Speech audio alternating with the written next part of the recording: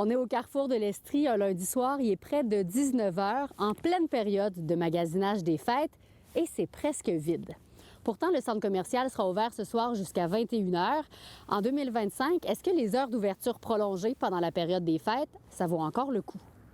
Je crois que oui, c'est pertinent parce que c'est sûr que quand on regarde les commerçants, ils se battent contre des Amazones de ce monde et les boutiques en ligne qui sont ouvertes essentiellement 24 heures sur 24. On le voit, il y a beaucoup plus d'achalandage dans les commerces pendant le temps des fêtes. Donc, de répartir les heures d'ouverture sur la journée, ça permet aussi d'avoir des périodes un peu moins achalandées pour ceux qui n'ont pas nécessairement envie de se garrocher dans tout ce monde-là.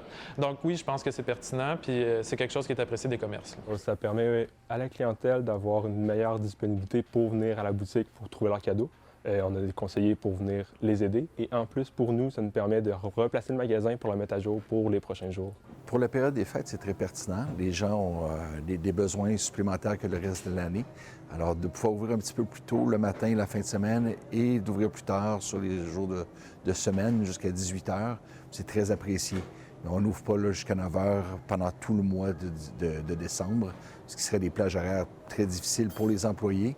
Et l'expérience nous a montré que la clientèle, de toute façon, passé les 18 h, 19 h, sont plus au rendez-vous. Alors, on préfère garder ça plus intense, mais pour la dernière semaine, juste avant Noël. C'est sûr que ça a un coût, évidemment, d'ouvrir plus d'heures. Donc, quand on regarde le bénéfice à la fin du mois, il peut être en partie estompé par le fait d'avoir payé plus de salaire, entre autres, là, pour être ouvert. Donc, je dirais oui pour certains, non pour d'autres. Bonjour, monsieur.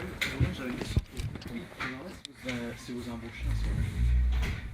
Actuellement, non. On a réussi à trouver, techniquement, on a beaucoup de personnes temps partiel, donc on a réussi à trouver des personnes. Donc oui, on a eu un piste en jeu au début, mais finalement, ça s'est bien arrangé. Nos employés sont là, mais on a un souci de conciliation travail-famille.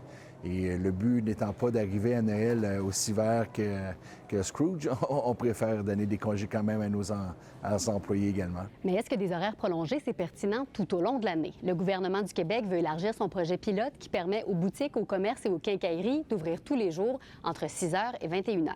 Moi, je pense que c'est une bonne idée dans le sens où on offre plus de liberté aux entrepreneurs. À ma connaissance, on est le seul État en Amérique du Nord à pas avoir cette possibilité-là. Donc, c'est sûr que, tu sais, moi, je suis toujours pour un assouplissement des règles. C'est aux commerçants de décider si ça vaut la peine ou non. De notre côté, nous n'allons pas ouvrir de façon prolongée.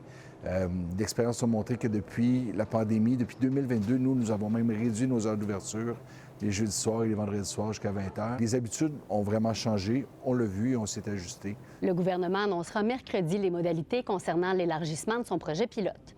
À Sherbrooke, Fanny Lachance-Paquette pour Nouveau Info.